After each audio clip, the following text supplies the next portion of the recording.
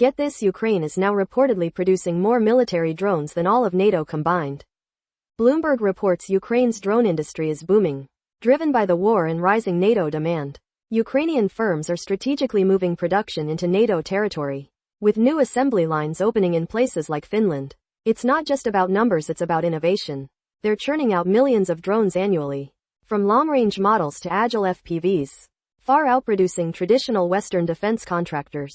Their battlefield-tested designs are reshaping NATO planning and attracting significant European investment. Experts say Ukraine's low-cost, high-output approach could transform future unmanned warfare, setting new standards for speed, scalability, and affordability. What's your take on this incredible development? Subscribe for more updates. If you'd like, you can support us on major diplomatic fallout. Colombia is suspending all intelligence cooperation with the United States. Colombian President Gustavo Petro just ordered the cutoff, citing a major issue: recent U.S. military strikes on suspected drug trafficking vessels in the Caribbean. Petro argues these strikes, which have led to dozens of deaths, are effectively extrajudicial executions and a violation of human rights. He's even called for President Trump to be investigated for war crimes.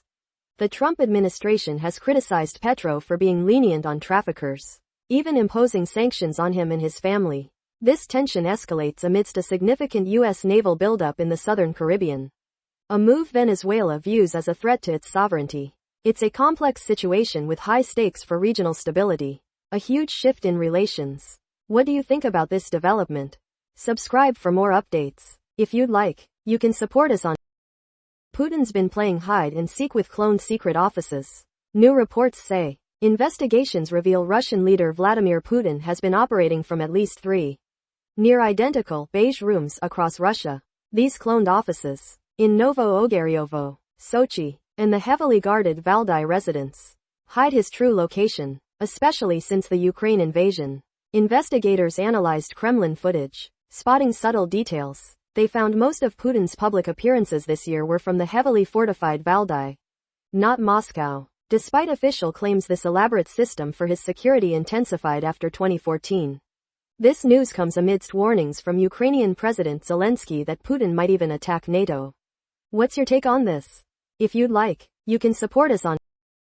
In an extraordinary move, Donald Trump has formally asked Israeli President Isaac Herzog to pardon Benjamin Netanyahu.